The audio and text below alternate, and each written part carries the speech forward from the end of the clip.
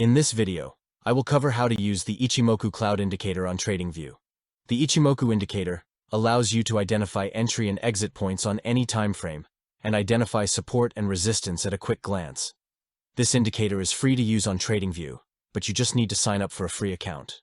You can use my affiliate link in the description so you can get some referral credits if you ever decide to upgrade in the future to a paid plan. To add the Ichimoku indicator on TradingView, start by opening any chart. Then, look to the top left of your chart and click on the indicator button. This will open up a box where you can type in Ichimoku, and you will see the Ichimoku Cloud option pop up, which you can click on to add it to your chart. The best thing about this indicator is you do not need to customize the settings, as the default settings generally work just fine.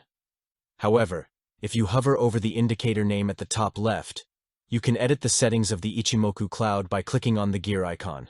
The default inputs are good at 9 for the conversion line and 26 for the baseline, which represents a line similar to the 9 and 26 period EMA, but instead of the average of the last 9 periods, it is the midpoint of the last 9 periods.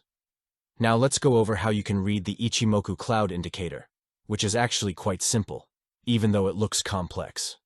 For one, every line on the chart can act as support or resistance, except for the lagging line, which is in green. The two lines of the cloud and the conversion and baseline, however, will act as support and resistance levels.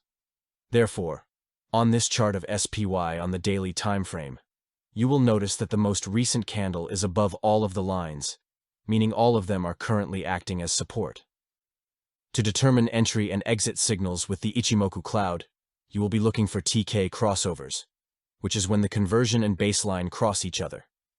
When the conversion line, which is this dark blue line, crosses above the baseline, which is this purple line, as it did around May 8th of 2024, this is a bullish TK crossover and is an entry signal.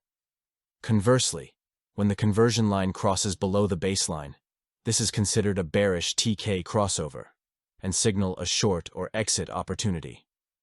When a bullish crossover happens above the cloud, this is considered a stronger crossover than if it were to happen below the cloud, and vice versa.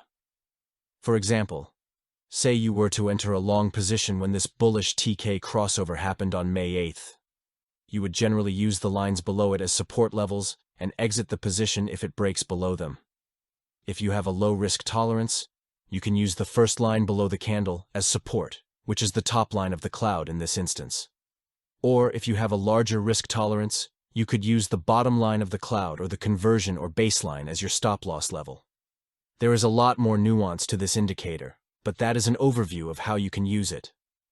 I hope this video was helpful, and remember that you can use this indicator for free by using my affiliate link in the description to sign up for a TradingView account.